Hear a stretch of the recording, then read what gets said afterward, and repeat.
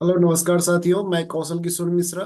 आप लोग अच्छे होंगे इस उम्मीद के साथ एक नया टॉपिक आज हम लोग शुरुआत करते हैं। एडमिनिस्ट्रेशन इन मुगल ईरा, है ना। तो एडमिनिस्ट्रेशंस पढ़ेंगे हम लोग। Administrations, administration. सबसे पहले इसमें हम लोग पढ़ेंगे कि पहले सूबा होता था। क्या होता था? सूबा। सूबा जिसको हम लोग प्रांत बोलते थे। और आज के अगर समय में बोले तो जिसको हम लोग स्टेट बोलते हैं, है ना। ये आज के रिलेवेंस में देखें तो इसको हम लोग स्टेट बोलेंगे। स्टेट जैसे सूबा होता था, ये किस में डिवाइड होते थे? डिस्ट्रिक्ट में। जो हम लोग आज भी देखते हैं, किस में होते हैं? डिस्ट्रिक्ट।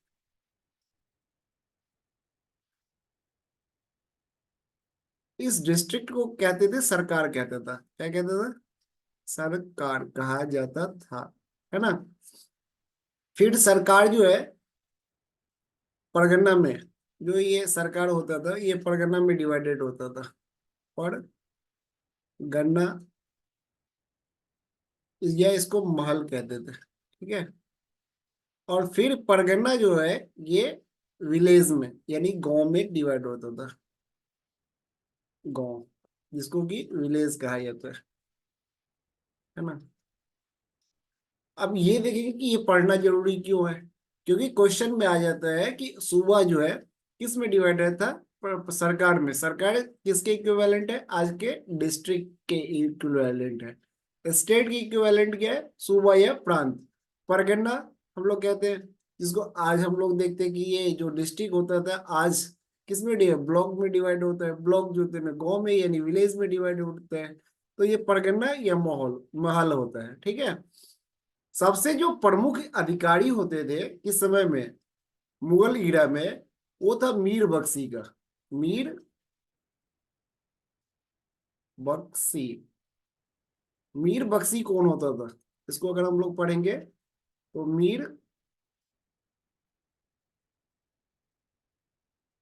मीर बख्शी ये सेना का प्रमुख होता था। सेना का प्रमुख होता था। और यह एक सरखत सरखत नाम का एक पत्र जारी करके सैनिकों का जो मासिक वेतन होता था निर्धारित करता था। यह इसका प्रमुख यानी काम नहीं था, है ना। ये मेन जो रेवेन्यू ऑफिसर होते थे, जिसको हम लोग क्या कहते हैं, जो भू राजस्व अधिकारी होते थे, उनका भी ये सुपरविजन करता था। कौन करता था? मीर बख्शी। और मीर बख्शी को मतलब जो है प्रांत लेवल पर बख्शी होता था। एक होता था मीर बख्शी और इसके अंतर्गत होता था बख्शी, जो प्रांत लेवल पे काम करते थे, ठीक है। तो अब मीर बख्शी का हम लोग अधिकार देखेंगे तो मीर बख्शी का काम था रेवेन्यू ऑफिसर्स को सुपरविजन करना। जो भू राजस्व अधिकारी होते थे उनका भी सुपरविजन करता था। सेना में जो है प्रमुख जो जैसे घोड़े दागने की जो प्रथा थी उसका भी वो निरीक्षण करता था।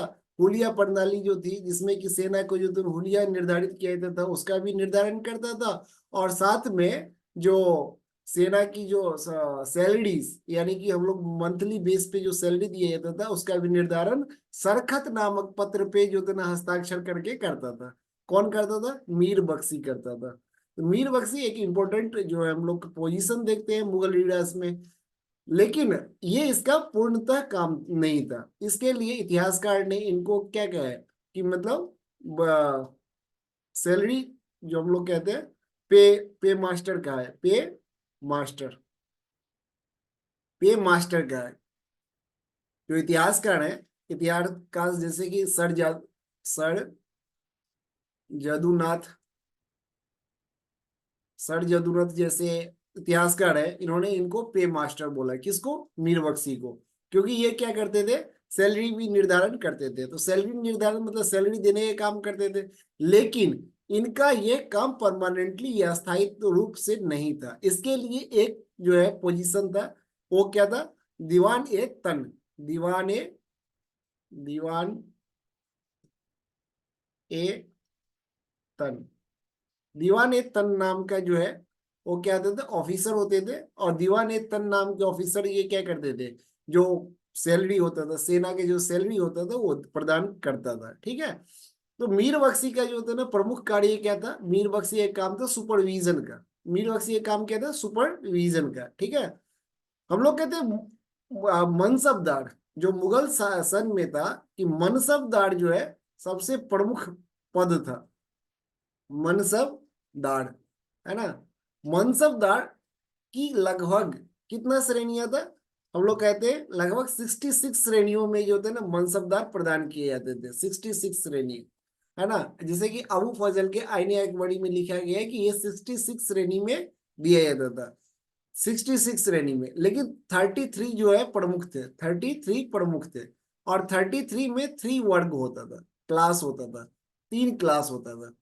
एक क्लास होता था फर्स्ट क्लास, फर्स्ट क्लास के होते थे जितने भी होते थे। एक देखिए यहाँ पे अगर हम लोग स्पष्ट करें तो जात होता है, एक जात होता है और दूसरा सवार होता है। सवार, जात कहते हैं जैसे घुड़सवार रखते हैं, हाथी रखते हैं, मतलब घुड़सवार, हाथी, पैदल जितने भी सेना होते हैं वो टोटल मिला के एक जात निर्धारित होता है। और सवार जो होते हैं सिर्फ घुड़सवारी कितने रखे जाएंगे इसको सवार कहते हैं। तो जात बड़ा होता था, सवार छोटा होता था। यानी जात के अंतर्गत कभी भी जो होता है ना सवार ज्यादा नहीं हो सकता, सवार कभी भी कम होगा, जात बड़ा होगा। तो अगर जो जात के बराबर सवार अगर रखते हैं तो इसको क्लास 1 जो है श्रेणी में रखा जाता था, क्लास 1 श्रेणी में। अगर जात जो है जितना का जात है उसका लगभग आधा, यानी कि अगर हाफ रखता है, हाफ रखता है तो उसको क्लास 2 जो होते हैं ना मनसबदार कहा जाता था। मनसबदार 3 श्रेणियां होती थी। और अगर जात से, यानी कि जितना जात निर्धारित किया गया है उसके सवार के आधे से भी अगर कम हो तो ये क्लास 3 जो होते ना श्रेणी होती थी, है ना, क्लास 3 श्रेणी के होते थे। यानी फर्स्ट श्रेणी जितने जात उतने ही क्या है सवार रखते, इतना रखना अनिवार्य माना जाता था। जितना अगर जाते हैं उसका लगभग आधा सवार अगर रखते हैं तो ये क्लास 2 श्रेणी के अंतर्गत आता है। और जितना अगर जात है, जात यानी कि जितना उसका पोजीशन है उसका अगर उससे आधे से भी कम अगर वो सवार रखता है, यानी घुड़सवार रखते हैं, तो क्लास 3 के श्रेणी में आता था। तो यानी कि 3 श्रेणियां में बांटा गया था, किसको, मनसबदार को, है ना। जो हम लोग रिक्रूटमेंट रिक्रूटमेंट जो किए जाते थे, आजकल जो हम लोग देखते हैं कि सेना में जो भर्ती किए जाते हैं, तो सेना में जो भर्ती किया जाता था वो मनसबदार करता था। मनसबदार जो होते हैं ना सेना रखते थे, कैसी सेना रखते थे, तो घुड़सवार रखता था, हाथी सेना रखता था, पैदल सेना रखता था, है ना। उसके अलावा जो 2 तरह की जो सेना होता था उसको एक को आहदी, हिंदी में अगर कहेंगे तो आहदी, है ना, इसको अगर लिखेंगे तो आहदी, है ना, आहदी। और दूसरा जो होता था वो दाखिली, है ना, दाखिली सेना होता था, दाखिली, है ना, दाखिली सेना होता था। अब देखिए इसमें भी आज के पब्लिक एडमिनिस्ट्रेशन की बात करते हैं तो उस समय के पब्लिक एडमिनिस्ट्रेशन से भी जो होता है ना मेल मिलाप होता है। कैसे होता है, आधी जो सेना का रिक्रूटमेंट होता था वो कौन करता था, जो बादशाह होते थे वो रिक्रूटमेंट करते थे। और वो उनका बॉडीगार्ड जो होता था, बादशाह का जो बॉडीगार्ड होता था वो आधी ही होता है। इमरजेंसी पड़ने पर ये मनसबदार को भी जो था ना प्रोवाइड किया जाता था, कौन, आधी। और दाखिली जो होता था, दाखिली का रिक्रूटमेंट तो बादशाह करता था, लेकिन उसका जो मतलब प्रोटेक्शन, यानी ये किसका प्रोटेक्शन करता था, मनसबदार को प्रोटेक्ट करता था। तो हम लोग जान गए कि मतलब ये 2 प्रकार के सेना होते थे। एक तो जो मनसबदार सेना रिक्रूट करता था वो तो परमानेंटली मनसबदार के पास होते थे, जिसको कि जात और सवार के रूप में वर्गीकृत किया गया था, यानी क्लासिफाइड किया गया था। दूसरा हम लोग देखते हैं 2 प्रकार के सेना होते थे जिसको बादशाह रिक्रूट करता था, और उसको एक तो बादशाह अपने खुद बॉडीगार्ड के रूप में मतलब क्या करता था, रखता था। और जरूरत पड़ने पर उसको सब मनसबदार के जो होते ना बॉडीगार्ड भी बनाता था या उनके प्रोटेक्शन में भी दिया था। ये बहुत ही इंपॉर्टेंट जो होते ना क्या होते थे उस समय में सेना होते थे। और दाखिली जो होता था इसका रिक्रूटमेंट तो बादशाह करता था, लेकिन उसका जो है मतलब वो किसको प्रोटेक्शन करता था, मनसबदार का। ठीक है, एक होता है जो हम लोग कहते हैं कि नया जो पोजीशन देखेंगे वो है मुहत्सिब, मुहत्सिब। मुहत्सिब क्या होता है? मुहत्सिब एक ऐसा ऑफिसर होता था जो आचरण को, यानी कि जो सार्वजनिक आचरण होता है, जो कहते हैं सार्वजनिक आचरण को उच्च बनाए रखने के लिए ये निगरानी करता था। इनका काम था क्या करना? आचरण का निरीक्षण विभाग का ये ऑफिसर होता था। आचरण के निरीक्षण विभाग का, यानी कि जो सार्वजनिक आचरण होगा वो उच्च बनाए कैसे रखा जा सकता था, ये काम कौन करता था? मुहत्सिब करता था। कौन करता था? मुहत्सिब करता था। इनमें बहुत सारी कुरीतियों को भी अलग रखा है, जैसे वेश्यावृत्तियों को, यानी कि जो वेश्याएं होती थी उनको नगर से अलग रखा जाता था। मतलब एक नगर से एक अलग स्थान पे रखा जाता था, और उन स्थान का नाम शैतानपुरी रखा गया था। किस तरह का नाम रखा गया था? शैतानपुरी रखा गया था। ठीक है। हम लोग कहते हैं कि इसमें जो है मनसबदारी व्यवस्था शुरुआत कब से हुई थी, एक हम लोग इसके पढ़ने था। मनसबदारी का शुरुआत किसने करा था? अकबर ने करा था। किसने करा था? अकबर ने। उससे पहले बाबर की पढ़े या हुमायूं को पढ़े, ये जागीरदारी प्रणाली रखा था। उसके बाद हम लोग शेरशाह सूरी का पढ़ते हैं। शेरशाह सूरी में लगान व्यवस्था को बहुत ही सुदृढ़ बनाया गया, लेकिन और अकबर के समय में आकर के यहाँ पे हम लोग देखते हैं कि मनसबदारी व्यवस्था लागू किया गया था।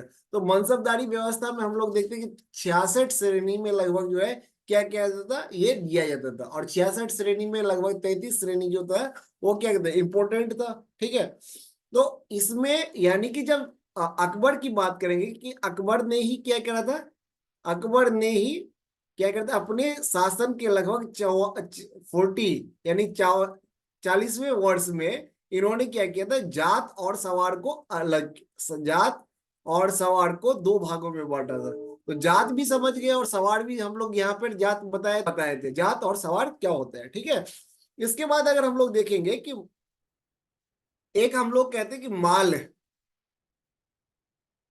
ये वर्ड लिया गया है, किससे लिया गया है? भू राजस्व पर से लिया गया है। ये किससे संबंधित है? भू राजस्व से, है ना, रेवेन्यू से, भू राजस्व से संबंधित है।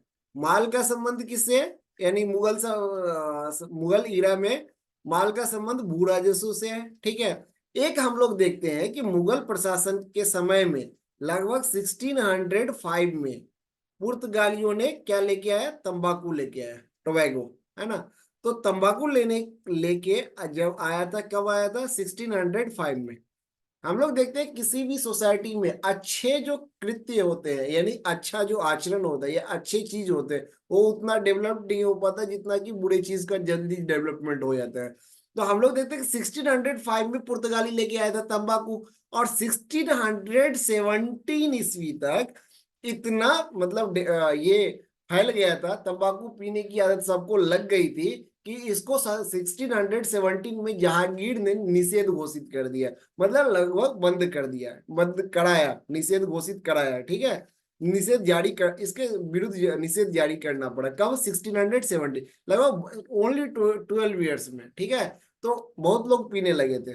बाद में हम लोग जब पढ़े थे जहांगीर का, पढ़े थे तो उसका बताए थे हम लोग। तो जहांगीर के समय में भी ये तंबाकू पीने बहुत ज्यादा लगे थे, है ना। सबसे पहले अगर हम लोग देखते हैं कि ये तंबाकू पुर्तगाली कब लाया था? 1605 में लाया था, और इसको निषेध जारी कब किया गया था? 1617 में किया गया था। इसके अलावा हम लोग पढ़ेंगे कि जो विद्वान, हम लोग कहते हैं हर एक जो किंगडम रहा, हर एक समय में देखते हैं कि विद्वानों या फिर कहते हैं कि धार्मिक लोगों को कुछ मुफ्त में, यानी कि कर मुक्त जो है उनको भूमि दी जाती थी। तो उनको जो भूमि दी जाती थी उनको मदद ए मास, मदद ए मास, मदद ए मास कहा जाता था। मदद ए मास कहा जाता था। मदद ए मास, या फिर इसको क्या कहते थे? सयुरगल, सयुरगल। इनके लिए जो इनके लिए जो अधिकारी होता था, उन अधिकारी को क्या कहा जाता है? सद्र। सद्र इनका अधिकारी होता था। ये निरीक्षण करता था कि कोई भी अगर जो अनुदान दिया जाता है उसका जो क्या हो, दुरुपयोग ना हो। तो ये जो दिया जाता था उसको क्या था? मदद ए मास कहा जाता था, या फिर इसको सयुरगल कहा जाता था। इनके देख रेख करने की जो जिम्मेदारी होती थी, सदर नाम के ऑफिसर होते थे। सदर नाम के ऑफिसर ही इनका देख रेख करते थे कि इनका दुरुपयोग ना हो सके। ठीक है। ये वंशानुगत होता था, यानी ये जो जमीन दिए जाते थे ये वंशानुगत दिए जाते थे, लेकिन हस्तांतरित नहीं किए जा सकते थे। ठीक है, मतलब हम लोग क्या कर सकते थे, बेच नहीं सकते थे इसको। ठीक है, अकबर के समय में देखते हैं कि अकबर के समय में जो मतलब सिक्के, क्योंकि मतलब सिक्के बनाए गए, सिक्के में सोने के सिक्के भी बनाए गए, चांदी के रुपये बनाए गए और तांबे के दाम बनाए गए। तो तांबे के जो रुपये बनाए थे उसको दाम कहते थे, चांदी के जो बनाए थे उसको रुपया, और स्वर्ण मुद्राएं बनाई गई। ठीक है, जो अकबर के समय में था, अकबर के समय में जो मुद्राएं बनाई गई, उस मुद्राओं पर यानी कि जो सिक्के होते थे उस पर राम सीता के जो है आकृतियों, राम सीता देवनागरी में भी लिखा गया था, और राम सीता की जो है आकृतियों को भी जो थे ना उस पर छापा गया था। ठीक है, तो अब हम लोग देखते हैं कि तांबा का सिक्का जो है, तांबा का जो सिक्का होता था, तांबा का सिक्का है ना, जो दाम कहते थे जिसको हम लोग, वो क्या कहते थे, रुपये, यानी कि जो चांदी के रुपये होते थे उसके लगभग 40वें भाग, यानी कि अगर 40 दाम आप दीजिएगा तो 1 रुपया के बराबर होता था, 1 रुपया के बराबर होता था, है ना। तो अकबर ने जिस तरह से अपने रुपयों पर राम सीता की आकृति और राम सिया देवनागरी में लिखा, उसी तरह से जहांगीर के समय में जहांगीर के मतलब आकृति और नूर जहां को भी जो थे ना कुछ सिक्कों पर दिखाया गया है, और कुछ जो उनके सिक्के थे उस पर जहांगीर को मदिरा का यानी शराब का प्याला लिए हुए आकृति को भी अंकित किया गया है। ठीक है, तो इनमें हम लोग देखते हैं कि जहांगीर के समय में क्या होता था, जो रुपया जारी किया गया, ये पूछा जा सकता है कौन से शासक के समय में उनके जो मतलब शराब के साथ, मतलब जहांगीर को हम लोग पढ़े हैं कि जहांगीर की मृत्यु जो होती है ना वो लास्ट में शराब के कारण से ही ज्यादा सेवन करने से हुई थी। तो शराब का प्याला लिए हुए आकृति जो छापे गए हैं वो जहांगीर के समय में छापे गए हैं।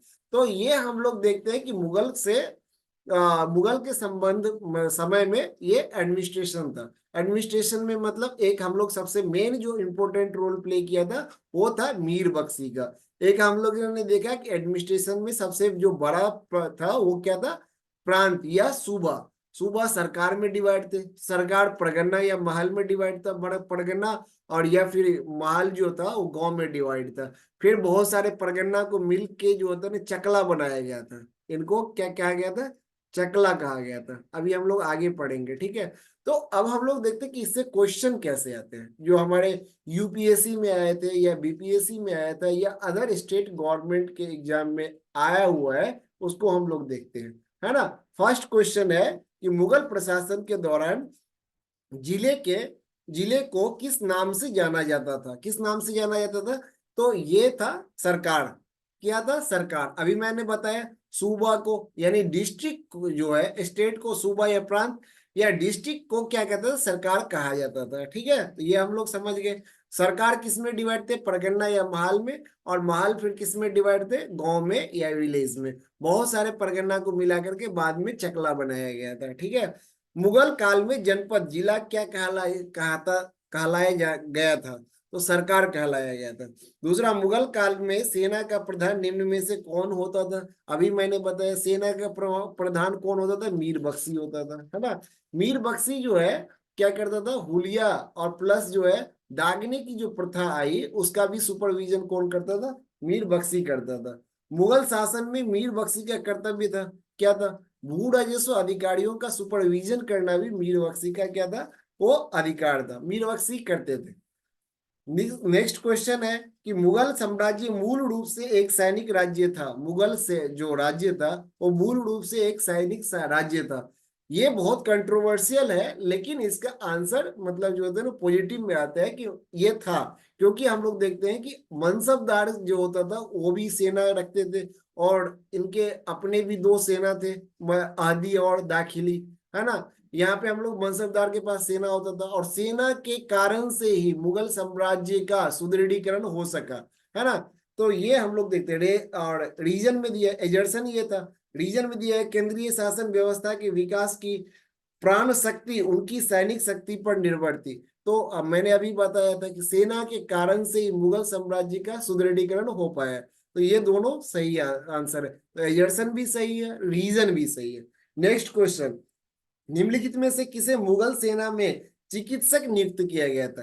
अब हम लोग, एक इतालवी यात्री है, इतालवी मतलब इटली के यात्री थे, कौन था? निकोलो मनुची, है ना। यहाँ पे हम लोग लिख देंगे कि निकोलो मनुची, है ना, निकोलो मनुची, है ना, मनुची। ये एक इतालवी यात्री थे, है ना, जो भारत आए थे। सबसे पहले ये दारा सिकोह के, उस समय में जब ये भारत आया था, तो ये 1659 में तक, जब ये दारा सिकोह की मृत्यु होने तक, यह दारा सिकोह के साथ तोपची के रूप में कार्य किया, यानी तोप चलाने का काम करता था। दारा सिकोह की मृत्यु हुई 1659 में। उसके बाद इन्होंने जो है वो क्या किया कि मतलब चिकित्सा का पेशा अपना लिया था। क्या अपना लिया था? चिकित्सक का पेशा अपना लिया था। ठीक है, तो ये हो गया। नेक्स्ट क्वेश्चन हम लोग कहते हैं, निम्नलिखित कथनों पर विचार कीजिए। आदि वे घुड़सवार सिपाही होते थे। अभी आदि के बारे में पूछ रहा है क्वेश्चन। तो आदि कौन होता था? जिन्होंने अपनी सेवाएं एकाकी प्रदान की, एकाकी इंटीग्रेटेड रूप से। अब कौन से हम लोग बताए? ये देखिए, ये ऐसे ऑफिसर होते थे, ये ऐसी सेना होता था जिनका की चयन कौन करता था? बादशाह करता था। और काम पड़ने पर इनको मनसबदार की भी सिक्योरिटी प्रदान करनी पड़ती थी, तो यानी बॉडीगार्ड के रूप में। तो ये इंटीग्रेटेड रूप से क्या थे? वो सेवाएं प्रदान करता था। दूसरा, जिन्होंने किसी सरदार के साथ अपने को संलग्न नहीं किया। इनको सरदार के साथ यानी कि कोई भी संबंध नहीं था, ये बादशाहों के साथ ही रहते थे। दूसरा, हम लोग सम्राट के ही जिनका आसन कर्नल था। तो जो हम लोग कहते हैं कि इनका पूर्ण सर्वो सर्वा कौन था? वो बादशाह ही होता था, है ना। लेकिन ये आदि की सैलरी अगर हम लोग बात करते हैं, जहां पर घुड़सवार, जो नॉर्मल घुड़सवार थे, उनका 12 से 15 रुपया होता था। जो नॉर्मल घुड़सवार थे उनकी सैलरी 12 से 15 रुपया होता था। इनकी सैलरी, जो आदि होते थे, इनकी सैलरी लगभग 1500 रुपया होता था उस समय में। ठीक है, तो इसका डिफरेंस से आप समझ सकते हैं कि ये कितना वफादार और इंपॉर्टेंट होता था। आदि की सैलरी 500 रुपये, और जो नॉर्मल घुड़सवार होते थे उनकी जो सैलरी होती थी वो 12 से 15 रुपया होता था। ठीक है, तो इनके अंतर्गत जो है, आदि के अंतर्गत जो है पृथक दीवान और बख्शी भी हुआ करते थे। ठीक है, तो ये एक मेन जो हम लोग देखते हैं कि इनका जो आदि का होता था, वस्त्र होता था या वेतन होते थे, सब बादशाह के या राज्य से दिया जाता था। ठीक है, मुगल प्रशासन में मुहत्सिब का था। मुहत्सिब अभी मैं पढ़ाया था यहाँ पे। मुहत्सिब का काम था लोक आचरण के अधिकारी होते थे। इनका काम था कि सार्वजनिक जो आचरण हो वो उनका नैतिकता उच्च स्तर पर हो। ठीक है, नेक्स्ट क्वेश्चन, मध्यकालीन भारत में मनसबदारी प्रथा खासतौर पर इसलिए चालू की गई थी ताकि, अब मनसबदारी व्यवस्था देखिए, मनसबदार क्या होते थे? वो बादशाह के प्रति उत्तरदायी होते थे। मतलब खुद राजस्व अधिक, मतलब प्रशासनिक और न्यायिक दोनों प्रकार के कार्य कौन करता था? मनसबदार करता था। मनसबदार के काम मतलब किसके प्रति जवाबदेह होना? बादशाह के प्रति। तो ये सारे सेनाओं की जो काम होता था वो मनसबदार देख लेते थे। तो साफ सुथरा प्रशासन लागू हो सके, इसलिए मनसबदार की जो होती है ना व्यवस्था लाई गई, है ना। मनसबदार, इसमें जो है मनसबदार ही सारे जो थे ना प्रशासन की जिम्मेदारी और सेना के रखरखाव की जिम्मेदारी संभाल लिया करते थे। उनके बदले में उनको क्या दिया जाता था? वेतन दिया जाता था या फिर जागीर दिया जाता था। वेतन जो हम लोग कहते वेतन में नगद के रूप में दिया जाता था या जागीर के रूप में दिया जाता था। जिनको जागीर दिया जाता था उनको जागीरदार बोला। आगे हम लोग पढ़ेंगे कि जागीरदार जो होता था, वो जागीरदार, इनको जो जागीर मिलता था, जागीर मिल गया तो ये क्या कहते हैं? जागीरदार कहलाते थे। और एक होता था जमींदार। दोनों में डिफरेंस है। जागीरदार, उनको जो बादशाह से मिलता था वो जागीरदार कहलाते थे, और जो वंशानुगत रूप से भू स्वामित्व का अधिकारी होता था उसको जमींदार कहते थे, है ना। नेक्स्ट क्वेश्चन, निम्नलिखित बातों में से कौन सा एक मुगल मनसबदारी व्यवस्था के विषय में सत्य नहीं है? सत्य नहीं है मतलब, एक तो सबसे पहले इनमें 33 वर्ग थे, मैंने बताया था कि 33 इंपॉर्टेंट थे, है ना। हम लोग कहते हैं इनमें, और क्या कहते हैं, उसका सवार पद जात पद से अधिक हो सकता था। जो सवार पद है जात पद से अधिक हो सकता था। ये मैंने बताया कि जो जात होता है वो पूर्ण रूप से होल, होल मतलब क्या? सबसे पहले इसमें घुड़सवार भी आ जाते हैं, और हाथी सैनिक भी आ जाते हैं, पैदल सैनिक भी आ जाते हैं, जितने भी है सब आ जाते हैं। तो जात बड़ा होता है, सवार छोटा होता है। तो जात का भी जो है वो बड़ा होगा और सवार छोटा होगा, सवार कभी भी बड़ा नहीं हो सकता है ना। ये हम लोग कहते हैं। नेक्स्ट क्वेश्चन है कि भारत, मुगल भारत के संदर्भ में जागीरदार और जमींदार के बीच में क्या अंतर है। तो मैंने बताया था कि जो मनसब, मतलब जो मनसबदार होते थे, उनके पास सैन्य और प्रशासनिक जो कार्य यानी वो दोनों होता था। सैन्य अधिकारी भी होता था और जो है मतलब प्रशासनिक अधिकारी भी होता था। तो इनको मतलब उसके बदले में प्रशासनिक और सैन्य खर्चे के लिए यानी व्यय के लिए इनको वेतन के बदले में, वेतन या तो नगद के रूप में दिया जाता था या जागीर के रूप में भुगतान किया जाता था। जिनको जागीर के रूप में दिया उनको जागीरदार कहा जाता था।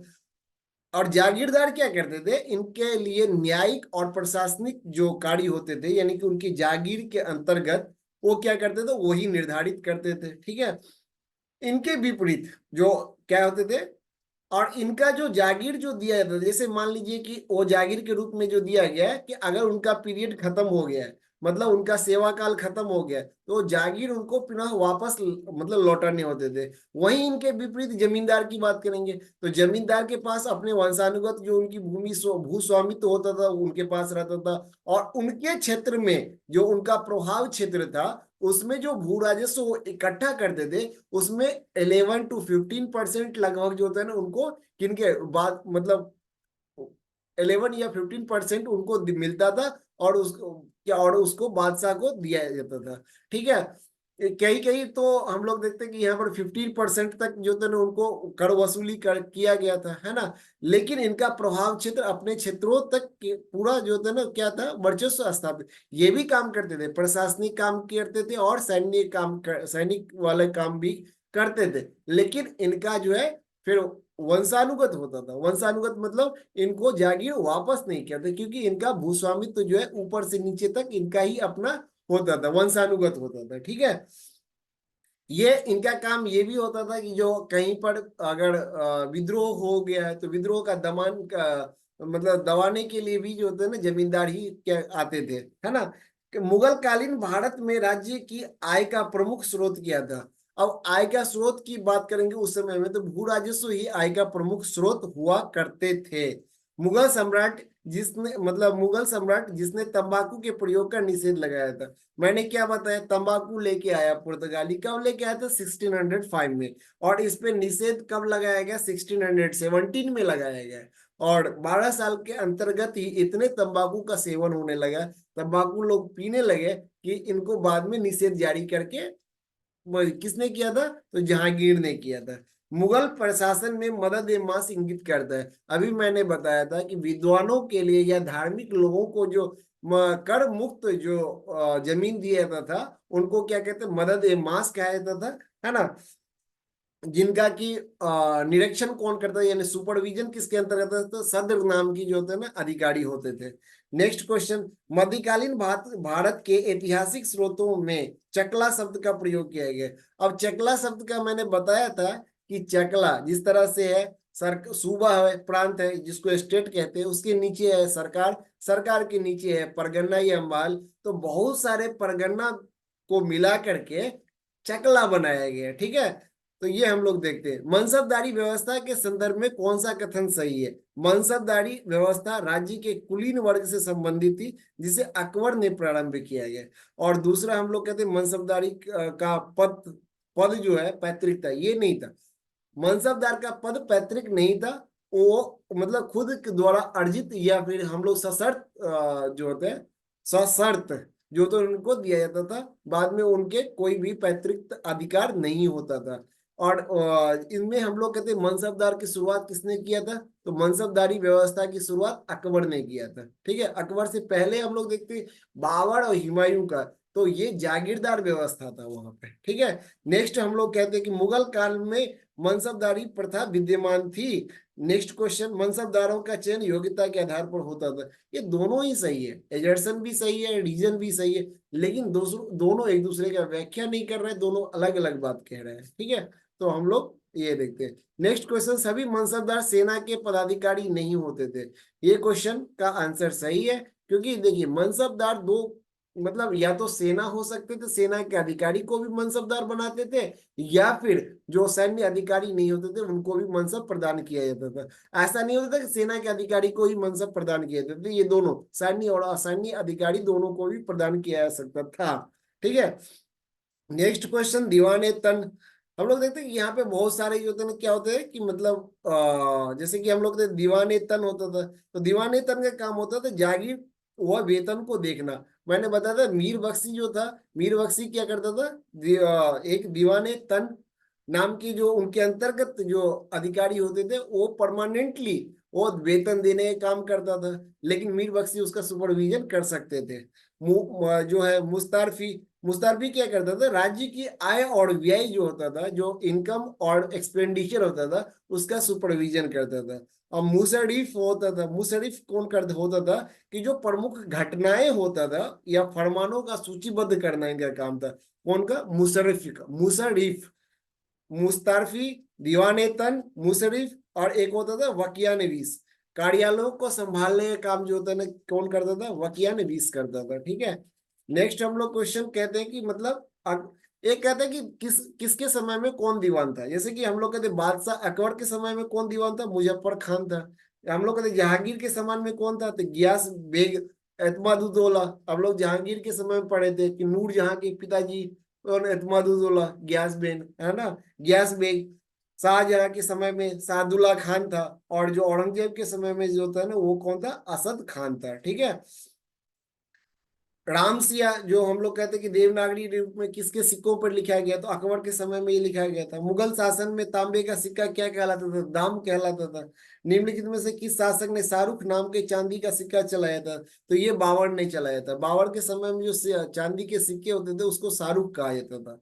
ठीक है, अकबर के शासनकाल में दक्कन में अब एक देखिए, अकबर के समय में जो टोडरमल ने जो 10 साला पद्धति अपनाई थी वो सिर्फ उत्तर भारत में लागू किया गया था।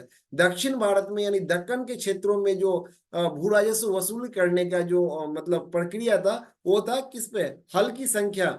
जिस तरह से हल हलों की संख्या पर निर्धारित होता था कि कितना वो क्या मतलब राजस्व देगा, है ना। निम्नलिखित में से किस मुगल कालीन नहर का निर्माण फिरोज शाह रजवाह ने पुनर्जीवित करके किया था, तो सहाब नहर है ना। तो इस तरह से हम लोग देखते हैं कि प्रमुख अधिकारी प्लस इन्होंने जो कुछ कार्य किए थे उसको हम लोग इसमें एडमिनिस्ट्रेशन में देखे हैं। ये एडमिनिस्ट्रेशन का कुछ शब्द लेना जरूरी क्यों था, क्योंकि ये जो क्वेश्चन में आ जाते हैं तो क्वेश्चन आने के समय में हम लोग सिर्फ पढ़ लिए हैं कि जो बादशाह थे, बादशाह के समय में जो घटनाएं हुई थी, जो लड़ाइयां हुई थी, हम लोग वो पढ़ लेते हैं, लेकिन ये क्वेश्चन छोड़ के जाते हैं और यही क्वेश्चन पूछा जाता है। तो आपको ये भी क्वेश्चन पूरा करना पड़ेगा, है ना। अगले अगले जो हम लोग लेंगे जिसमें कि संगीत और जो मतलब हम लोग कहते हैं कि चित्रकला की बात करेंगे मुगल काल में, है ना। तो मुगल काल में लगभग एक वीडियो और आएगा इसका, और वो मुगल काल संपन्न हो जाएगा, उसमें हम लोग कितने मिसलेनियस ले लेंगे। ठीक है, तो इस तरह से आप लोग तैयार कीजिए। ठीक है, अगले हम लोग मिलते हैं नेक्स्ट वीडियोस में, तब तक के लिए जय हिंद, गुड नाइट।